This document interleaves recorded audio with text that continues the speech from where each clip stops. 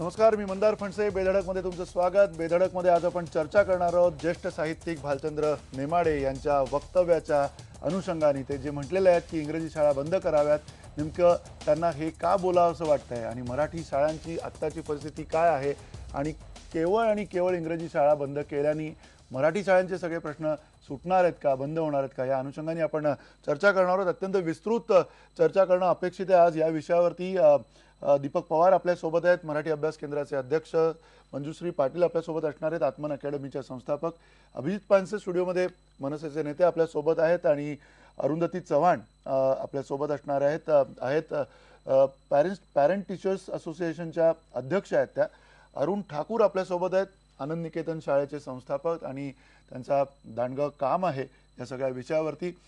राजू वळिवडे आपल्यासोबत आहेत, अध्यक्ष महाराष्ट्र शिक्षण समन्वय समितीचे. कोल्हापूरहून आपल्यासोबत आहेत राजू वळिवडे. या सगळ्यांची आपण चर्चा करणार आहोत. पहिला खरं तर प्रश्न मला दीपक पवार तुम्हाला विचारायचा आहे की इंग्लिश शाळा बंद करा, हे जे डॉक्टर नेमाडे म्हटलेले आहेत, आपल्याला ज्या पद्धतीनं हे सगळं त्यांचं आपण म्हणू शकतो की उद्वेगानं म्हटलेत, की खरंच त्यांचं असं म्हणणं आहे की बंद केली पाहिजे आणि बंद केल्याने प्रश्न सुटणार आहेत का? एक म्हणजे नेमाडे सरांचं अभिनंदन यासाठी केलं पाहिजे की मराठी साहित्यिकांना मराठी भाषेबद्दल काही भूमिका आहे हे बऱ्याच काळानंतर जाणवत आहे. नेमाडे सरांनी इंग्रजी शाळा बंद करून टाकाव्यात आणि मराठी शाळांमधनं इंग्रजी चांगलं शिकवावं अशा प्रकारची जी भूमिका मांडली आहे ती खरं तर आयडियल भूमिका आहे. पण आज आपण ज्या वातावरणात जगतो आहोत त्या वातावरणामध्ये अशा प्रकारचं विधान आलं की तो बेधडकचा विषय होतो. इतकं आपल्या दृष्टीने इंग्रजी शाळांच्या बद्दल खरं खोटं येणारं एखादं संकट हा देखील आपल्या चिंतेचा विषय आहे. याच्या उलट आपण जर पाहिलं तर इंग्रजी शाळा बंद कराव्यात असं म्हटलं तर आपल्याला तो चिंतेचा विषय वाटतो. पण हजारो मराठी शाळा बंद पडत राहिल्या तरी तो आपल्याला चिंतेचा विषय नाही वाटत. त्यामुळे नेमाडे सरांनी जे विधान केलेलं आहे ते उद्वेगातनंच केलेलं आहे की महाराष्ट्रामध्ये त्यांनी त्याच्या अगोदर आगेमागे जे काही विधान केलेलं आहे की शेतकऱ्यांची मुलं सत्तेवर आलेली आहेत तर ती या भाषेचं बरं का नाही करू शकत. मी हा जो उद्वेग आहे की आम्ही शेतकऱ्यांची मुलं आहोत, आम्हाला समाजाचे सगळे प्रश्न कळतात असं म्हणणाऱ्या माणसांना जर मातृभाषेतल्या शिक्षणाचे प्रश्न कळत नसतील आणि ते प्रश्न न कळल्यामुळे, आणि नेमाड्यांचं एक वाक्य ते फार महत्वाचं आहे की इंग्रजी चांगलं शिकवलं गेलं पाहिजे. म्हणजे इंग्रजी चांगलं शिकणं आणि इंग्रजी माध्यमातून शिकणं या दोन वेगळ्या गोष्टी आहेत. महाराष्ट्रामध्ये गेल्या 25 वर्षांमध्ये आपण याची गल्लत केली आणि म्हणून गल्लोगल्ली आपण इंग्रजी माध्यमाच्या शाळा काढल्या. म्हणजे श्रीमंतांना परवडतात म्हणून ते इंटरनॅशनल स्कूल्समध्ये जायला लागले आणि गरिबांना परवडत नसल्या तरी त्यांच्या पुढे एक प्रकारचं आव्हान निर्माण करून आपण त्यांना झोपडपट्ट्यांमधल्या शाळांमध्ये जायला भाग पाडायला लागलो आणि या मुलांना आपण इंग्रजी माध्यमातून चांगलं शिक्षण मिळतंय अशी एक अफवा निर्माण केली. दुसरीकडे सरकारनं मराठी शाळांमधनं अंग पूर्णतः काढून घेतलं. त्यामुळे नेमाडे सरांच्या विधानाचा मला सगळ्यात महत्वाचा फायदा असा वाटतो की इंग्रजीचा वारंवार पुळका आलेल्या राजकीय पक्षांपासून ते सर्व विचारवंतांपर्यंत जी मंडळी आहेत त्यांना मराठी शाळांचा प्रश्न या निमित्तानं चर्चेला घ्यावा लागेल. म्हणजे इंग्रजी शाळा बंद पडणार आहेत किंवा बंद पाडण्याचं कोणीतरी कुटील कारस्थान देशीवादी कोणतरी करतो आहे म्हणून का होईना लोक आता मराठी शाळांबद्दल बोलायला लागतील ही मला फार आनंदाची गोष्ट. अच्छा, म्हणून का होईना खरं बेधडक मध्ये हा चर्चेला विषय आलाय आणि तो का आलाय त्याची आपण भूमिका सुद्धा या चर्चेच्या दरम्यान खरं तर स्पष्ट होत जाईल. याबद्दल मला सुद्धा व्यक्तिशः विश्वास आहे. आपण पुन्हा एकदा अरुंधती चव्हाण यांच्याकडे जाऊयात. अरुंधती चव्हाण, तुमची काय भूमिका आहे? पॅरेंट टीचर्स असोसिएशनच्या अध्यक्ष तुम्ही आहात, काय तुमचं म्हणणं आहे या विधानाच्या अनुषंगाने? मला जरा आश्चर्य वाटतं की 21व्या शतकामध्ये जेव्हा आपण असं स्टेटमेंट करतो की इंग्रजी शाळा बंद कराव्यात आणि मराठी शाळा चालू कराव्यात, कारण आता सध्या काळाची गरज म्हणून ह्या शाळांकडे बघण्याची गरज आहे आणि इंग्रजी शाळांमध्ये मराठी चांगल्या प्रकारे शिकवणं हे आवश्यक आहे. पण त्याच्यासाठी म्हणून आम्ही असं म्हणत नाहीये की मराठी शाळांचा दर्जा सुधारू नये. याच्यामध्ये ज्या मराठी शाळा आहेत त्यांचा दर्जा सुधारावा आणि तेच करत असताना इंग्रजी शाळांना विरोध करू नये. कारण आता जेव्हा आपण IT बद्दल बोलतोय किंवा जेव्हा आपण म्हणतोय की आपण प्रगती करतोय विज्ञानामध्ये, टेक्नॉलॉजीमध्ये, तर देशाला पुढे न्यायचं असेल तर थोडंसं इंग्रजीचा पण आपल्याला आधार घ्यावाच लागणार आहे. तुम्ही म्हणता की विज्ञान शिकायचं असेल तर इंग्रजीचा आधार आपल्याला घ्यावा लागेल आणि देश पुढे जायचा असेल तरी सुद्धा आपल्याला खरं तर इंग्लिशचा आधार घ्यावा लागेल असं तुमचं म्हणणं आहे. आपण याच्या सगळ्या मीमांसेमध्ये येऊया अधिक विस्तृतपणे, पण पुन्हा एकदा अरुण ठाकूर, काय तुमचं मत आहे या विधानाच्या आसपास? तुम्हाला काय वाटतंय? तुमच्या मनात कुठले तरंग उमटलेले दिसत आहे? नाही, हे फारच गमतीचं विधान आहे आणि मी आजपर्यंत हे विधान खूप वेळा ऐकलं. मला एक गोष्ट सांगायची वाटते, जगात आज फिनलंडची शिक्षण पद्धती ही आदर्श मानली जाते आणि ते सगळे लोक फिनिश भाषेमध्ये शिकतात आणि ते जगात अनेक शोध लावू शकतात. आपल्यालाच आपल्या भाषेविषयी विश्वास नाही असे फक्त आपणच आहोत जगात. आता काही दिवसापूर्वी स्मृती इराणींनी जर्मनीच्या ऐवजी संस्कृत शिकवा असं केंद्रीय विद्यालयात भारतात सांगितलं. तर जर्मनीच्या चॅन्सेलरनी भारतीय पंतप्रधानांची भेट घेऊन हा विषय उपस्थित केला जर्मन भाषेविषयीचा. आणि महाराष्ट्रात गेले अनेक वर्षांपासून मराठी भाषेची इंग्रजी शाळांतनं हकालपट्टी झालेली आहे. याचा सरकारला खेद नाही आणि साहित्यिकांना खंत नाही.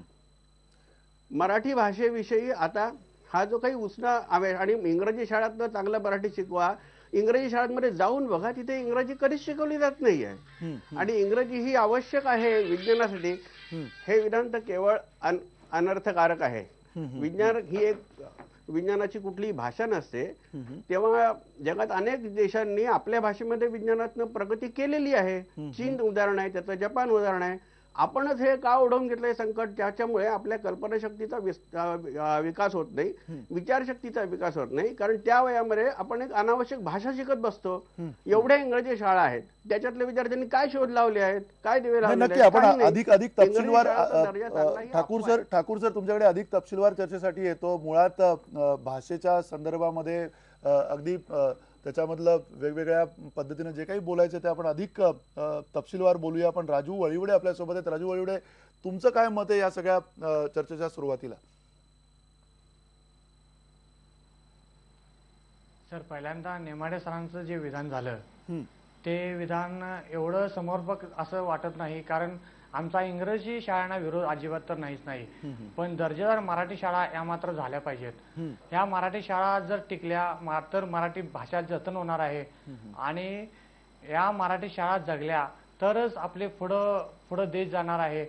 मला या ठिकाणी असं सांगायचं आहे की कायम मराठी शाळांच्या बाबतीत, मराठी भाषेच्या बाबतीत कायम गळचेपी केली झाली, फक्त ते महाराष्ट्रामध्ये. कर्नाटकामध्ये जावा, कन्नडला प्राधान्य आहे, पण महाराष्ट्रामध्येच मराठी भाषेला का? कारण मराठी शाळांच्या परवानगी मागता मागता आमची म्हणजे पुरेवाट झाली. त्यासाठी तुरुंगवास भोगावा लागला, अनेकांना अनेक आंदोलनं करावं लागली. पण आता गेल्या वर्षीपासून स्वयंअर्थ शाळेमध्ये मराठी माध्यमांना जी परवानगी देत होती ती सुद्धा आता महाराष्ट्रात बंद झालेली आहे. मला या पद्धतीने म्हणायचं आहे की ज्या पद्धतीने ज्युनियर केजी, ज्युनियर केजी सारख्या इंग्रजी माध्यम चालतात त्याच्यापेक्षा दर्जादार शाळा आम्ही मराठी शाळा चालवतो. आणि आता आम्हाला एक असा रिझल्ट दिसतोय की इंग्रजी माध्यमातील मुलं आमच्यासारख्या मराठी शाळेमध्ये येत आहेत. हे एक आता म्हणजे नवीन पाऊल पडत आहे आणि मराठी भाषा कुठेतरी सुधारते. पण नेमाडे सरांनी जे म्हटलं ते मात्र खरोखरच त्यांचा एक म्हणजे आता दीपक पवार सरांनी म्हटलं की त्यांनी जे म्हटल्यामुळं इंग्रजीची हकालपट्टी नाही झाली, पण तिकडं मराठीकडे आता इथून पुढे तर दुर्लक्ष होणार नाही असं मला या ठिकाणी वाटतं. नक्की तुम्ही म्हणताय मराठीकडे दुर्लक्ष होणार नाही. मुख्यतः मराठीकडे दुर्लक्ष झालंय हे आपण सगळ्यांना मान्य आहे. याच्या पलीकडे आपण खरं तर चर्चा करतोय की मग अशी परिस्थिती मराठीवरती का आली. पण त्याहीपेक्षा आधी पहिल्यांदा नेमाडे सरांच्या या सगळ्या वक्तव्यानंतर काय तुमच्या मनामधले प्रतिसाद आहेत ते आपण जाणून घेऊ इच्छितो. मंजुश्री पाटील आपल्या सोबत आहे स्टुडिओमध्ये. काय तुमचं म्हणणं आहे? ह्या म्हणजे इंग्रजी शाळा बंद केल्या पाहिजेत असं नेमाडे सर म्हटलेत. ही उद्वेगातून आलेली प्रतिक्रिया तुम्हाला वाटते की आणखीन काय त्याच्यातला अर्थ काय? मी पर्सनली सांगायचं झालं तर इंग्लिश मराठी हा कधी माझ्या मनात, मी पर्सनल अगदी माझे मत मांडते, मी माझ्या मनात हा कधी विचारच आधी आला नाही. शिक्षण हे शिक्षण आहे. भाषा ही तुमच्याकरता खरं कधीच लिमिटेशन नसायला पाहिजे. भाषेत तुमची जी कम्फर्टेबल भाषा आहे त्या भाषेतनं तुम्ही शिक्षण घेणं हेच सगळ्यात सोयीस्कर आहे. मग त्याच्यात कुठलीही भाषा थोर, कुठलीही भाषा कमी ही मला पटत नाही, कारण मुळात भाषा ही आई आहे. आणि या भाषेतनं चांगलं शिक्षण होईल किंवा त्या भाषेतनं कमी चांगलं होईल असं प्रॉबेबली कधीच ॲज अ शिक्षक, मी आज गेली 25 वर्ष या क्षेत्रात आहे, माझ्या मनात ते विचार कधीच आले नाही. आणि त्यामुळे हा डिस्प्यूट जेव्हा सुरू होतो ना, तेव्हा मला ऍक्च्युली खूप अनइझी होतं की कशाला आपण हा वाद घालतो तरी कशाला हा. अच्छा, कारण म्हणजे हा वादच घालायचा. भाषा त्या अर्थाने प्रवाही असली पाहिजे, भाषेमध्ये सगळं संक्रमण व्हायला हवं.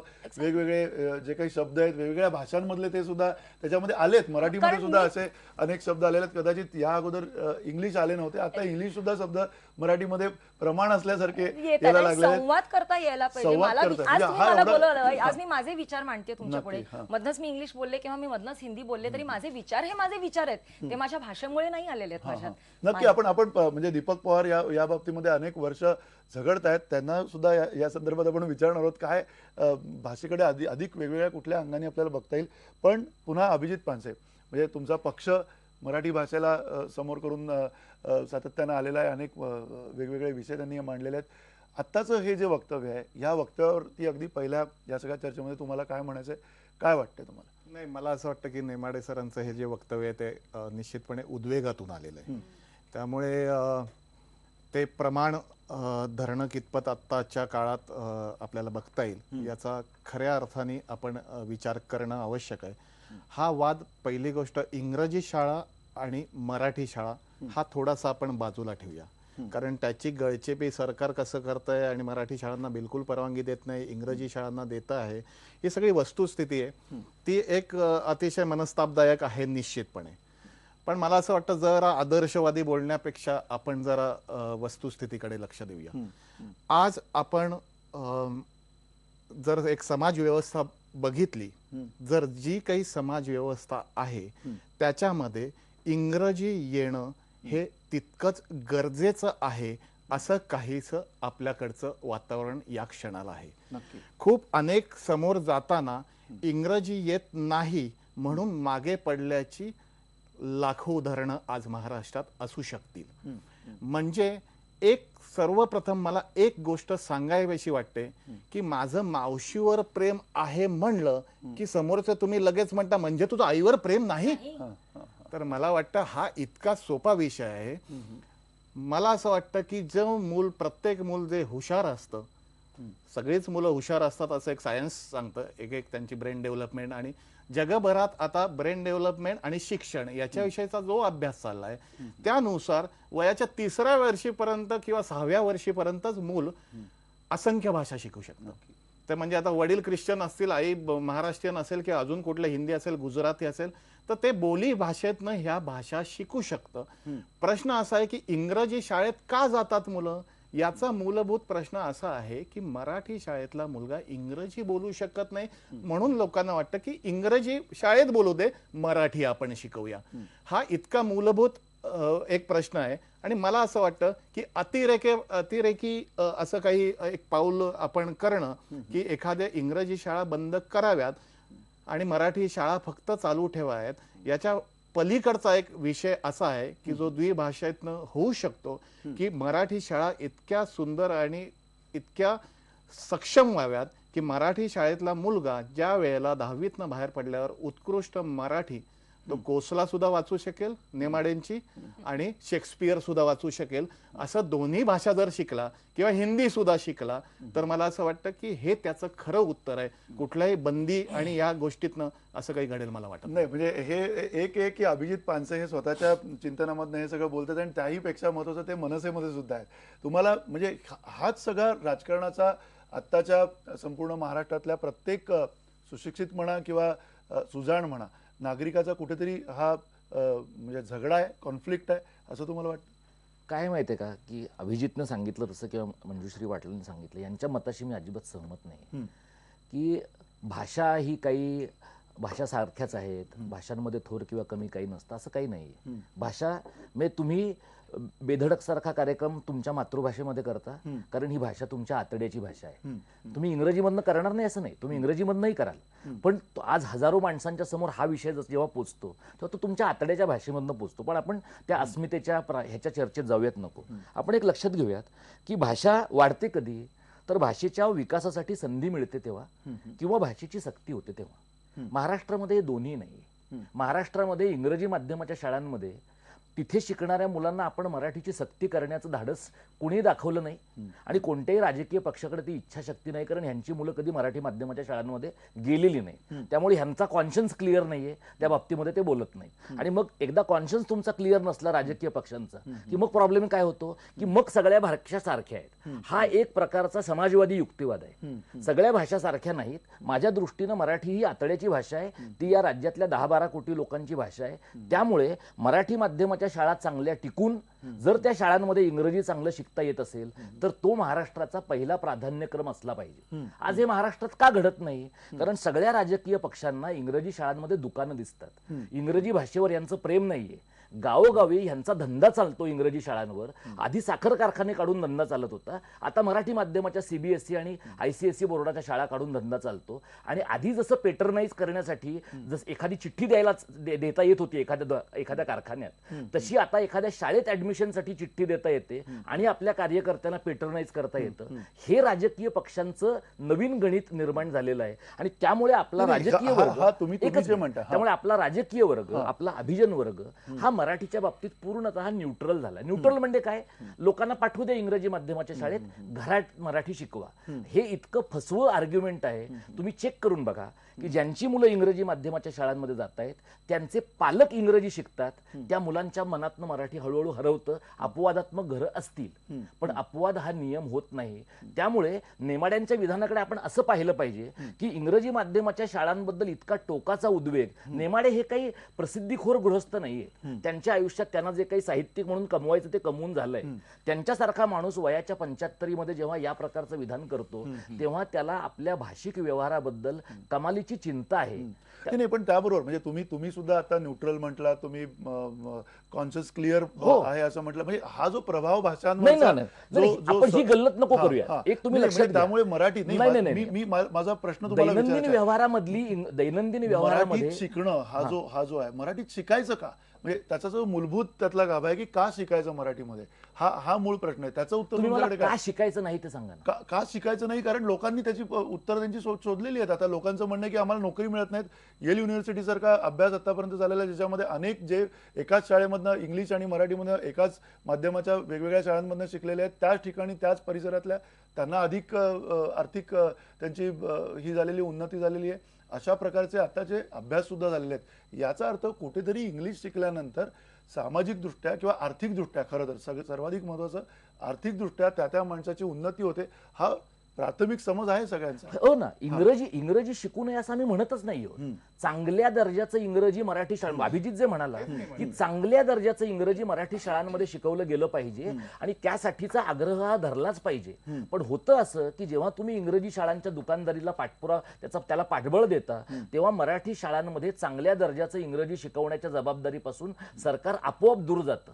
आज बहुजनांची मुलं मराठी शाळांमधनं आहेत. या बहुजनांच्या मुलांना चांगल्या शिक्षणाचा अधिकार आहे, त्यांना प्रगतीचा तितकाच अधिकार आहे. आणि म्हणूनच जोपर्यंत आपण नोकऱ्या या मराठीच्या शिक्षणाशी जोडत नाही तोपर्यंत हे चित्र बदलणार नाही. मराठी पोटाची भाषा करायला पाहिजे आणि ती पोटाची करायची असेल तर ती तळपासून वरपर्यंत सगळं शिक्षण हे शक्य आहे का? कारण केवळ आणि केवळ मराठीच्या या सगळ्या परिघामध्ये, महाराष्ट्राच्या परिघामध्ये केवळ आणि केवळ मराठीमध्येच पैसा आहे अशी पण परिस्थिती आता नाहीये. म्हणजे अगदी कुठल्याही क्षेत्रामध्ये आजच्या जर बघितलं तर तुम्हाला अधिक पैसे, अधिक नोकरीचे जर का अधिक पगार देणाऱ्या जर का नोकऱ्या बघायच्या झाल्या त्या सुद्धा केवळ आणि केवळ मराठीमध्ये नाहीयेत. हे कसं बदलेल चित्र? कारण अर्थकारणाशी जोडलेलं आहे सगळं. आणि कसं आहे मंदारजी, माझा पहिला एक तो बेसिक मुद्दा मी पुन्हा एकदा म्हणतो की जसं मराठी इंग्रजी शिका असं म्हणलं की एक सगळ्यांना एकदम धावत येतात, म्हणजे याचं मराठी प्रेम आहे की नाही. मराठी मातृभाषा आमची आहे, मराठीसाठी आम्ही काय काय उपक्रम जे काही केलेले आहेत, पक्ष म्हणून मी म्हणत नाही, वैयक्तिक दृष्ट्या किंवा मी कला क्षेत्रात आहे, मी काय मराठी अत्यंत समृद्ध भाषा आहे म्हणून मराठीतल्या वाचनामुळे मी हे सगळं करू शकतो. मराठी विषयी प्रेम हे म्हणजे स्वतःच्या आईवर प्रेम आहे का हे विचारण्यासारखं वाटतं. माझं म्हणणं आहे की मराठीला आम्ही काही कमी लेखतोय आणि इंग्रजी वाढवतोय हा भागच नाहीये माझा. माझं म्हणणं आहे की आजची समाज व्यवस्था आणि आजचं पुढचं एकंदर माझं म्हणणं आहे की जी भाषा शिकण्याचं आहे, उद्या फ्रेंच शिका, जर्मन शिका, हिंदी शिका, इंग्रजी शिका, पण इंग्रजी का पहिले शिका? कारण इंग्रजी हे माध्यम आहे एक कम्युनिकेशनचं, एक पूर्णपणे ग्लोबली. आज असा तुम्ही आता उदाहरणं द्याल की फ्रान्समध्ये फ्रेंचच बोलतात किंवा चीनमध्ये चायनीजच बोलतात. आता चीनमध्ये सुद्धा इंग्रजी शिकायला सुरुवात केली आहे, कारण ते मागे पडतायत असं त्यांचं ग्लोबली म्हणणं आहे. आज तिथे इंग्रजी शाळा निर्माण होत आहेत. प्रश्न असा आहे की आपण म्हणताना इंग्रजी शाळेत जा याचा अर्थ मराठी विसरा असा अजिबात नाही. आम्ही अगदी मुळापासून नाही मग पण अशी इच्छा कोणाचीच नाहीये. मुळात मराठी शाळांना डावलून इंग्लिश शाळेमध्ये, इंग्रजी शाळेमध्ये ज्यावेळेला आपले पालक पाठवतात त्यांच्या पाल्यांना, त्यावेळेला त्यांचं म्हणणं एवढंच आहे की त्याचं कुठे अडू नये भविष्यामध्ये, आणि ते भविष्यामध्ये काही ना काही अडतंय याचा जो काही समज झालेला आहे त्या समजाबद्दल सुद्धा आपण एका ब्रेक नंतर बोलूया. ब्रेकच्या दरम्यान तुम्ही तुमच्या प्रतिक्रिया आहेत त्या सुद्धा आम्हाला पाठवा. #बेधडकवरती फेसबुक आणि ट्विटरवरती तुम्ही या प्रतिक्रिया पाठवू शकता. काही प्रातिनिधिक प्रतिक्रिया आम्ही या कार्यक्रमातून तुमच्यासमोर आणणार आहोत एका छोट्याशा ब्रेक नंतर.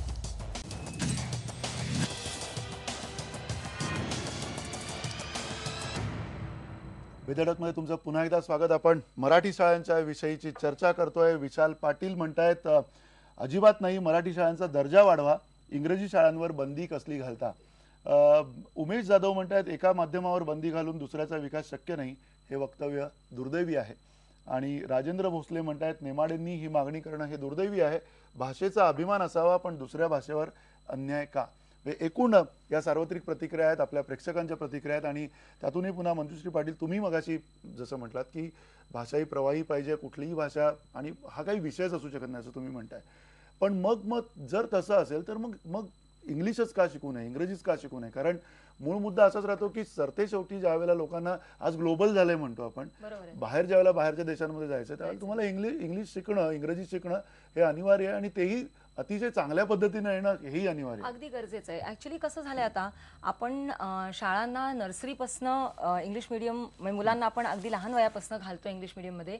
आणि मला ऍक्च्युली ते म्हणतात ते खरंच पटलं की मी लहानाची मोठी इंग्लिश मीडियम शाळेमध्ये झाले आणि मी मराठी बोलते. मी मिलिटरीच्या वातावरणात न वाढलेली आहे. घरात आम्ही मराठीच बोलायचो, पण बाहेर आम्ही इंग्रजी शिकायचो. कॉन्व्हेंटमध्ये शिकले मी. पण जेव्हा जगात बाहेर मी आज पडते तेव्हा मला जाणवतं की आज माझं इंग्लिशचा पाया असल्यामुळे कुठेतरी मला एक छोटा ऍडव्हान्टेज, आज मी इथे बसून तुमच्यावर मराठी बोलू शकते नाही असं नाही, पण मला जो एक छोटासा ऍडव्हान्टेज मिळतोय ना, तो ऍडव्हान्टेज इतर मुलांकडनं तो हिरावून नाही घ्यायला पाहिजे. त्यामुळे हेही तितकंच खरं की आपण मराठी मीडियम स्कूल्स मधनं जर इंग्लिशचा दर्जा वाढवला तर प्रश्न सुटतो ना. मग कशाला कुठली दुसऱ्या शाळा बंद करायच्या किंवा सुरू ठेवायच्या, हा मुद्दा कधी येणारच नाहीये. त्या दृष्टीने अरुण ठाकूर तुम्हाला सुद्धा हे विचारायचं आहे की एकूण अर्थकारण जोडलं गेलेलं आहे. भाषेच्या व्यवहाराची अस्तित्व, तुमचं करिअर जे काही आहे, या सगळ्या गोष्टी जोडल्या ज्या वेळेला जातात त्यावेळेला सामान्य माणूस जो आहे, एक असंही म्हटलं जातं की बहुजनांनी का म्हणून केवळ मराठी शिकायचं, त्यांनी का म्हणून इंग्रजी शिकायचं नाही. आणि अशा वेळेला मराठीचा आग्रह धरणं जो आहे तो आग्रह हा दुराग्रहामध्ये जातो असं आत्तापर्यंतच्या या सगळ्या वर्षांमध्ये ज्यावेळेला कळलंय त्यावेळेला खरं तर समाज पुढे गेलाय. समाजाने स्वतः हे ठरवलेलं आहे, कुठल्याही वेगळ्या विद्वानांपेक्षा किंवा इतर लोकांपेक्षा किंवा अगदी माध्यमांच्या म्हणण्याच्या पेक्षा समाजाने ठरवलं की आम्हाला इंग्रजी शाळेमध्ये आमचा पाल्य जो आहे तो तिथे नेऊन त्याचा तिथे विकास होणार आहे असं त्यांना वाटतं. तुम्हाला असं वाटत नाहीये की हे अर्थकारण जे आहे तेच आपली ही भाषा जी आहे ती पुढे खेचत असतं, भाषेचं जे काही अस्तित्व आहे ते हे केवळ अर्थकारणच ठरवत असतं? मला उलट म्हणायचं आहे की आपण जर आपल्या भाषेतनं शिकलो तर खरं म्हणजे अर्थकारण अधिक आपलं पुढे जाऊ शकेल. पण काय अर्थकारणामध्ये प्रगती केलेली आहे हो. आणखीन एक गोष्ट मला स्पष्ट करायला पाहिजे. पहिल्यांदा मला मराठी भाषेचा मुळीच अभिमान नाही, मला कुठल्याच भाषेचा अभिमान नाही. आम्ही 16 वर्ष एक उत्तम मराठी शाळा चालवत आहोत, ती अभिमानाच्या पोटी नाही, केवळ शैक्षणिक दृष्ट्या योग्य म्हणून आम्ही ते माध्यम निवडलं. शेवटी मूल शिकतं म्हणजे काय करतो, ते परिसराशी स्वतःला जोडतं. तेव्हा परिसरात बोलली जाणारी भाषा हे त्याचं नैसर्गिक साधन असतं परिसराशी जोडण्यासाठी.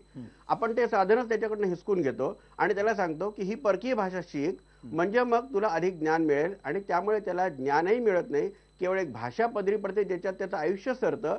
आणि काही आपण इंग्रजी बोलणारे पोपट तयार करतो, काही कॉल सेंटर्स मध्ये त्यांना नोकऱ्या मिळतात. ह्याच्या पलीकडे आपण काय प्रगती केलेली आहे, आपण काय असं ज्ञान निर्माण केलेलं आहे, ज्ञानाची निर्माते म्हणून काय आपण झालेलो आहोत. आणि असा आत्मविश्वास हरवलेल्या या सगळ्या पिढीकडनं साहित्य तरी काय तऱ्हेचं निर्माण होणार. मराठी साहित्यिकांना सुद्धा याची अजिबात चिंता वाटत नाही की जे आपण साहित्य निर्माण करतो आहोत. आता तुम्ही कुठल्याही पेपरमध्ये जाहिराती बघा, लोकसत्तेमध्ये येणाऱ्या त्या ग्रंथांच्या जाहिरातीमध्ये निम्म्या जाहिराती या इंग्रजी ग्रंथांच्या अनुवादाच्या असतात. आपण चांगलं मराठी साहित्य निर्माणच करू शकत नाही कारण आपण आपल्या भाषेविषयीचं स्वत्वच गमावून बसलेलो आहोत. माझा मुद्दा एवढाच आहे की मुलांना त्यांची विचारशक्ती आणि कल्पनाशक्ती विकसित करायची असेल तर त्यांना त्या भाषेमध्ये शिकू दिलं पाहिजे. त्यांना इंग्रजी, उत्तम इंग्रजी आम्ही पण शिकवतो शाळेमध्ये. आता आमची मुलं ग्रॅज्युएट झालेली आहेत, वेगवेगळ्या व्यवसायामध्ये आहेत, त्यांना कुठेही इंग्रजीचा अडथळा आलेला नाहीये. हे केवळ इंग्रजी शाळांचं हे जे काही पीक आलेलं आहे याच्यातनं इंग्रजी पण मिळत नाही आणि ज्ञान पण मिळते. तुम्ही खेडोपाडी जाऊन बघा, ज्या इंग्रजी शाळा निघालेल्या आहेत त्या काय दर्जाच्या शाळा आहेत, त्याच्यात कुठल्या दर्जाचं शिक्षण मिळतं. विज्ञानासाठी इंग्रजी आवश्यक आहे ही सुद्धा एक अफवा आहे. त्याच्यातनं इंग्रजी पण येत नाही आणि विज्ञान तर मुळीच येत नाही. अशी अवस्था असताना आपण हे इंग्रजीचं पीक जे काढलेलं आहे हे बंद करणं हा त्याच्यावरचा उपाय आहे. कारण एक तर त्याच्यातनं वर्गीय भिंती उभ्या राहत आहेत. म्हणजे अतिशय उच्च वर्गाचा मुलगा हा इंग्रजी शाळांमध्ये शिकतो, ज्याला हा परिसर, हा समाज काहीही माहिती नसतं, त्याच्याविषयी एक तिरस्काराची भावना आपण त्याच्या मनात निर्माण करतो आणि मग पुढे आपण राष्ट्रीय एकात्मतेच्या विषयीच्या मिरवणुका काढतो. आपला सगळा समाज हा दांभिक समाज आहे. त्यामुळे एकदा पहिल्यांदा हे भाषेचं अभिमानाचं ओझं काढून टाका आणि केवळ ज्ञानाकडे वळा. आपण ज्ञाननिर्माते झालो आहोत की इतक्या वर्षामध्ये? इंग्रजी शाळांनी तरी काय ज्ञानाची निर्मिती केली आहे याची कधी तपासणी झाली हो? प्रथम वाले नेहमी मराठी शाळांची तपासणी करतात, इंग्रजी शाळांची करतात, त्यांना कोणी आज सुद्धा घेणार नाही. हा केवळ पैसे कमवण्याचा धंदा म्हणून इंग्रजी शाळा चालतात आणि लोक त्याच्यामध्ये घालतात. कारण आम्ही नेहमी म्हणतो तसं दोन वर्ग आहेत की ज्यांना शिक्षणातलं काहीच कळत नाही. एक म्हणजे सरकार आणि दुसरं पालक, आणि यांच्याच ताब्यात मुलं आहेत. त्यामुळे हा सगळा खेळ चालू आहे. याचा ज्ञानाशी काहीही संबंध नाही. ज्ञान वाढवायचं मराठी शाळाच वाढायला पाहिजे. नक्की, पण ज्ञानभाषा एकीकडे आपण म्हणतो की मराठीमध्ये काही सकस असं निर्माण होत नाही साहित्य, दुसरीकडे आपण म्हणतोय की मराठी ज्ञानभाषा सुद्धा असायला पाहिजे. ही सगळी दुहेरी जी काही आपली कोंडी झालेली आहे त्या कोंडीच्या पार्श्वभूमीवर पुन्हा एकदा दीपक पवार तुम्हाला म्हणजे अर्थकारण जोडलेलं आहे हे आपण मान्य करतो. त्याबरोबरनं आज नक्कीच म्हणजे इंग्रजी ही देशाची, जगाची भाषा आहे. जर जगात जायचं असेल तर तुम्हाला मान्यच करावं लागेल की इंग्लिश हे अनिवार्य आहे, गरजेचं आहे. पण या सगळ्या पार्श्वभूमीवरती जर मराठी शाळा आज समाजानंच ठरवलं असेल की आम्हाला मराठी शाळेत आमचं पाल्य टाकायचं नाहीये, तर याला नुसतं जबाबदार तुम्ही एका माध्यमांना धरणार आहात का, एका केवळ सरकारी यंत्रणेला धरणार आहात का? का असं होत नाहीये की स्वतः पालक सुद्धा हे अजून ठरवत नाहीयेत? आणि कारण त्यांना कुठेतरी नुकसान दिसतंय, सामाजिक आर्थिक त्यांना नुकसान दिसतंय. या नुकसानाच्या बद्दल तुम्ही कुठल्या अर्थाने या सगळ्या पालकांना समजवणार आहात? तुम्ही जर म्हणलात की पालकांनी विचार केलाय किंवा पालकांनी निर्णय घेतलाय, तर पालकांनी असा निर्णय घेतलाय असं त्यांच्या एकूण कलावरून दिसतं. त्यामुळे वस्तुस्थितीचा विचार केला किंवा वास्तव समोर पाहिलं तर इंग्रजी शाळांच्या बाहेर पालकांच्या झुंडी आहेत आणि मराठी माध्यमाच्या शाळांच्या बाहेर नाहीत, हे वास्तव आहे. आता तुम्ही जो प्रश्न विचारलात हाच साधारणपणे 4 वर्षांपूर्वी जेव्हा आम्ही मराठी शाळांच्या मान्यतेचं आंदोलन करत होतो तेव्हा राजेंद्र दर्डांनी विचारला होता. आणि ते असं म्हणाले की माझ्याकडे सगळे आमदार शाळा मागायला येतात तेव्हा इंग्रजी माध्यमाची मागतात. म्हणजे नगरसेवक, झेडपीचे सदस्य सगळे माझ्याकडे इंग्रजी शाळा मागतात. मग तुम्हीच कोण आहात की जे मराठी शाळांसाठी भांडतात? आम्ही त्यांना म्हटलं की हे तुमचं म्हणणं अगदी रास्त आहे की तुमच्याकडे मागायला येणारे जे लोक आहेत ते इंग्रजी शाळा मागतायत. पण तुम्ही असा कधी विचार केलाय का की राज्याच्या स्थापनेला 50 वर्ष झाल्यानंतर लोक तुमच्याकडे इंग्रजी शाळा का मागतायत? याचा अर्थ तुमच्या ज्या मराठी शाळा आहेत, मग त्या सरकारच्या असतील, खाजगी असतील, या शाळांमधनं मुलांना चांगलं शिक्षण आणि इंग्रजीसह आणि तंत्रज्ञानासह चांगलं शिक्षण मिळू शकेल अशा प्रकारचा आत्मविश्वास आपण नाही देऊ शकलो. हा आत्मविश्वास कोणी द्यायचा आहे? तर हा आत्मविश्वास व्यवस्थेत असलेल्या माणसांनी द्यायचा आहे. म्हणजे तिथे शिकवणाऱ्या शिक्षकांनी द्यायचा आहे, त्या शाळा चालवणाऱ्या अधिकाऱ्यांनी द्यायचा आहे. या माणसांनी आतापर्यंत 6व्या वेतन आयोगापर्यंतचे सगळे पगार खाल्ले, पण ह्यांनी कामं कसली केली? तर ह्यांनी कोचिंग क्लासेसची कामं केली, ह्यांनी तीच मुलं आपल्या घरी ओरबाडण्याची कामं केली. आणि हा जो सगळा डेफिसिट आहे की आमची मुलं शाळेत गेली आहेत पण आमची मुलं शिकत नाहीये, या डेफिसिट मधनं पालकांना असं वाटतं की इंग्रजी माध्यमाच्या शाळांमधनं सगळं छान होणार आहे. आता इंग्रजी माध्यमाच्या शाळांमध्ये छान चाललंय का?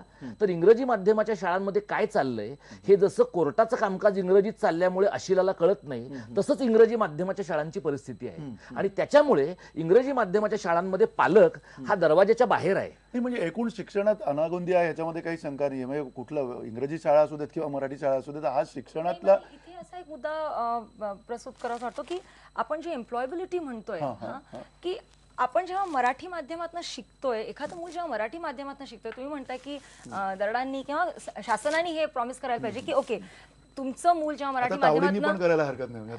आता विनोद तावडे आहेत तिकडे, त्यामुळे त्यांनी करायला काय हरकत नाही. एम्प्लॉयबिलिटी, पण शेवटी एम्प्लॉयबिलिटी मराठी शिकलेल्या मुलाला एम्प्लॉयबिलिटी ही महाराष्ट्र स्टेटमध्येच मग येईल.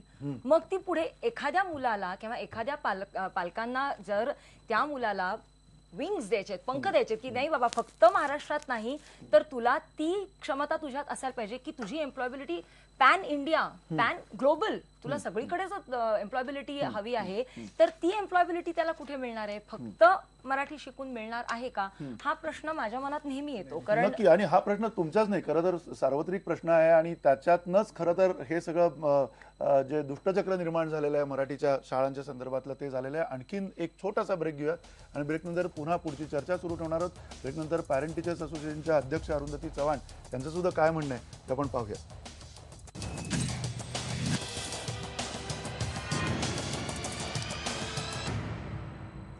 बेधडकमध्ये आपण मराठी शाळांविषयीची चर्चा करतोय. काही प्रेक्षकांच्या प्रतिक्रिया येत आहेत. सचिन वर्तक म्हणतायत सरकारची मानसिकता बदलणं गरजेचं आहे आणि राज्य शासन उदासीन आहे. अभय भोसले म्हणतायत मराठीच्या मुद्द्याचं फक्त राजकारण केलं जात आहे, आता कुठे गेले राजकीय पक्ष. आणि प्रदीप रोकडे म्हणतायत आजची व्यवहाराची भाषा इंग्रजी आहे, मग काय आम्ही जगाशी संपर्कच करायचा नाही का. पुन्हा पुन्हा त्याच मुद्द्यांवरती येऊन आपण थांबतोय. आणि सरकार ह्याच्यातलं मगाशी म्हणजे पवारांनी सुद्धा हेच म्हटलं होतं, दीपक पवारांनी, की सरकारनी काय ते एकदाचं ठरवावं. सरकार ठरवण्याच्या मनस्थितीत आहे का? आणि खरं तर या सगळ्या कॉस्मोपॉलिटन महाराष्ट्रात, म्हणजे नुसत्या मुंबईत नाही, महाराष्ट्रच कॉस्मोपॉलिटन होऊ घातलंय, तिकडे काय मराठीची अवस्था सुधारणार आहे? नाही, एक दोन गोष्टी शासनाने करणं अत्यंत आवश्यक आहे. जे आधीचं शासनाविषयी काय हे काही कुठलीही राजकीय चर्चा नाही, त्यामुळे कोणी काय केलं किंवा कोणी काय नाही केलं. पण आता मला असं वाटतं की नवीन शासनात नवीन मंत्री आलेले आहेत शिक्षणाकडे बघण्याकरता, तर त्यांनी हे विषय समजून घ्यावेत पहिली. त्यासाठी हल्ली मंत्र्यांचं कसं असतं, त्या मंत्रीपदावर एखादा माणूस बसला की त्याला एक असं वाटत असतं की आपल्याला सगळंच कळायला लागलं. तर हे पहिली, हा इगो पहिला बाजूला ठेवून नेमकं काय करायला हवं त्या शिक्षणातल्या तज्ज्ञांना बसवून याचा पुढे विचार करायला पाहिजे. दुसरी महत्वाची गोष्ट म्हणजे एक मूर्खपणा आतापर्यंत एक चालू आहे की मी आज उठून उद्या उठून जर शासनाकडे गेलो तर ते मला इंग्रजी शाळेची परवानगी ताबडतोब देतात आणि मराठी शाळेची परवानगी देत नाहीत. अशी एक नुकतीच जाहिरात येऊन गेली पेपरात की केवळ इंग्रजी शाळांच्या मान्यतेकरता ती जाहिरात होती. हा काय मूर्खपणा आहे महाराष्ट्रात. आणि तिसरी महत्वाची गोष्ट की कुठल्याही या राज्यातल्या कुठल्याही स्कूल्स असोत, ते सीबीएसई असोत, SSC असोत, अजून इंटरनॅशनल बोर्ड असो की अजून कुठलंही असो, महाराष्ट्रामध्ये राज्यभाषा ही मराठी आहे, ती 10वी पर्यंत कंपल्सरी केली पाहिजे. या 3-4 गोष्टी अतिशय मिनिमम आहेत आणि या जर केल्या, मराठी शाळा करायला परवानगी कसल्या डोंबलाच्या. मराठी शाळा ज्याला काढायचे त्यांनी शासनाने यातनं बाहेर पडावं. पहिली गोष्ट, ज्यांना मराठी शाळा काढायच्या दर्जेचा मराठी, त्याच्या दर्जाविषयी काही समिती नेमून तुम्ही त्याची पाहणी करत राहा. पण या गोष्टीत या 3 गोष्टी जर केल्या, मराठी 10वी पर्यंत सगळीकडे कंपल्सरी, मराठी शाळांना सरसकट परवानग्या द्यायला हव्यात, आणि तिसरी गोष्ट म्हणजे यासाठी पुढे कसे काही याची डेव्हलपमेंट होईल याच्यासाठी खरंच शिक्षण तज्ज्ञांना घेऊन एक प्रवास त्याचा ठरवायला हवा. नक्की. अरुंधती चव्हाण, काय थोडक्यात म्हणाल? वेळ अत्यंत कमी आहे, खूप मोठा व्यापक विषय जरी असला तरी तुम्हाला काय मांडायचं? मला हे म्हणायचंय की आपण ह्या प्रश्नाचा खूप राजकारणाच्या दृष्टीने विचार करतोय. आमदारांच्या इंग्रजी शाळा आहेत का मराठी शाळा आहेत ह्याच्यावरती चर्चा करण्यापेक्षा की इंग्रजी शाळांची गरज ही काळाची गरज आहे आणि म्हणून पालकांनी ती स्वीकारली आहे, ह्याचा विचार होणं फार आवश्यक आहे. कारण हायर एज्युकेशन मध्ये जे पुस्तकं आहेत किंवा आपलं जे हायर एज्युकेशन आहे ते इंग्रजीमध्येच असतं. तिथे मुलं मागे पडू नयेत म्हणून इंग्रजीचा स्वीकार केला जातो.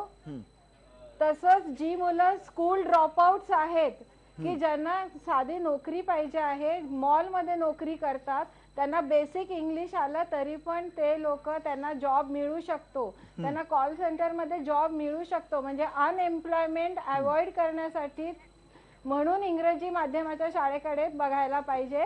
पण त्याचप्रमाणे इंग्रजी माध्यमामध्ये मराठी सुद्धा शिकवलं पाहिजे ह्याच्याशी मी पूर्ण सहमत नाही, आहे. नक्की. पण पण उगीचच आपण राजकारण करणं हे राजकारण मला करण्याचं काय पटत कारण? अच्छा, नाही. तुम्ही म्हणताय की या विषयावरती राजकारण शाळेच्या विषयावरती नको व्हायला. राजू आळवडे, अगदी थोडक्यात काय सांगाल? कदाचित कोल्हापूरमध्ये इतकी गरज नसावी, अजून कोल्हापूरमध्ये तितक्या प्रमाणातलं कॉस्मोपॉलिटन तेवढा तिथला परिसर झालेला नाहीये.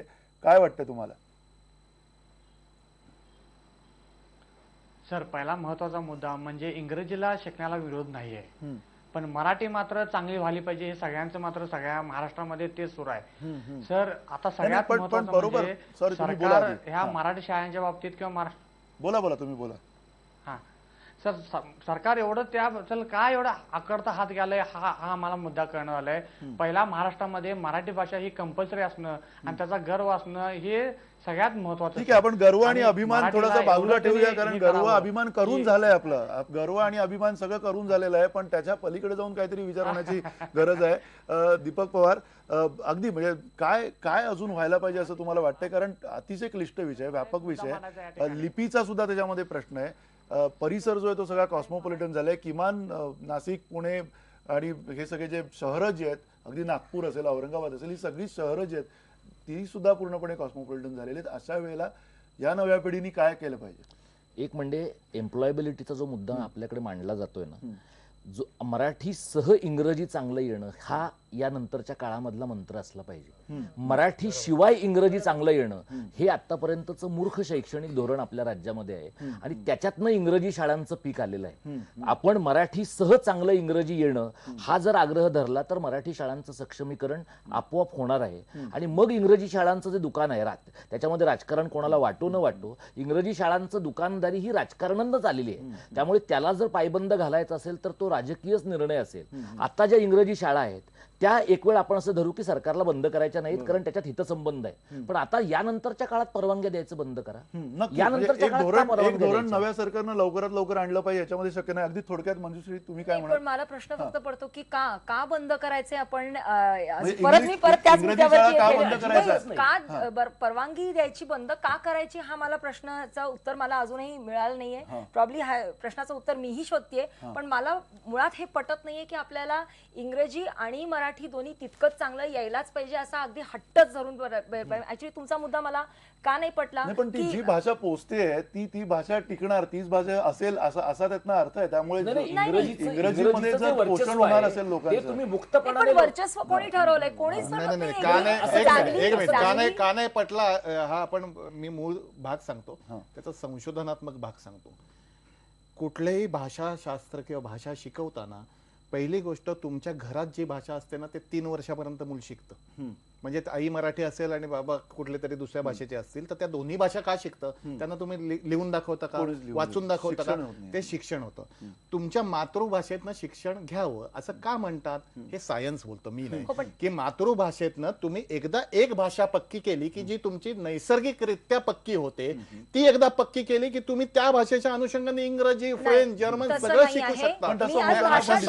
असं सायन्स सांगताय की उलट जितक्या तुम्ही भाषा वयाच्या 6व्या वर्षापर्यंत जितक्या शिकाल तितकं उलट तुमचं ब्रेन डेव्हलपमेंट त्याच्या आधी एक शिकली पाहिजे ना. तिथला प्रॉब्लेम असा आहे की इंग्रजी शिकण्याबद्दल सर्वांचं एकमत आहे, मराठी शिकण्याबद्दल मात्र जमलं तर जमेल तेव्हा जमेल तसं असं शिका, हेच तर आतापर्यंत आपण करत आलो. मराठी शाळांचं वाटोळ ह्याच्यामुळे झालंय. इंग्रजी शाळांमध्ये मराठी शिकवा असं म्हटलं की लोकांचा जीव जळायला लागतो, पण मराठी शाळांमध्ये चांगलं इंग्रजी शिकवा असं म्हटलं की फार कोणाला त्रास होत नाही. यांच्या भूमिकेचा प्रॉब्लेम असा आहे की यानंतरच्या काळात लोकांना द्या मुक्त चॉईस. लिबरल जगामध्ये, लिबरलाइज जगामध्ये लिबरल व्हायचं की नाही भाषेच्या बाबतीमध्ये? लिबरल व्हायचा हा प्रश्न नाही. तुम्ही अशा प्रकारची मुक्त बाजारपेठ निर्माण करताय जिथे सबळ हे दुर्बळांना मारतीलच, इंग्रजीच्या धंद्यामध्ये मराठीच्या शाळा मारतील. त्या अर्थाने अगदीच म्हणजे पुन्हा अरुण ठाकूर अगदी थोडक्यात जाता आता काय सांगाल, काय तातडीने काय करण्याची गरज आहे आणि काय व्हायला हवं? आपण जोपर्यंत एका भाषेला ज्ञान समजतो आहोत तोपर्यंत ही गल्लत चालू राहणार आहे. ज्ञान वेगळं आहे आणि भाषा वेगळी आहे. आपल्याला काय हवं आहे? आपल्याला ज्ञान हवं आहे की भाषा हवी आहे? जर आपल्याला ज्ञान हवं असेल तर आपण आपल्या परिसर भाषेमध्ये शिकलं पाहिजे, तर आपण ज्ञानाचे निर्माते होऊ. माझा सारखा आग्रह आहे की शिक्षण हे ज्ञानाच्या निर्मितीसाठी आहे हो, ते केवळ नोकऱ्या मिळवण्यासाठी नाही. आपलं समाधान इतकं अल्प आहे की आपली उड्डी जास्तीत जास्त कॉल सेंटर पर्यंत जाते आणि त्याच्या पलीकडे मोठं जग आहे जिथे ज्ञानाची चढाओढ चालू आहे हे आपल्याला कानावरून सुद्धा गेलेलं नाहीये. त्यामुळे या निरर्थक चर्चेत आपण जातो.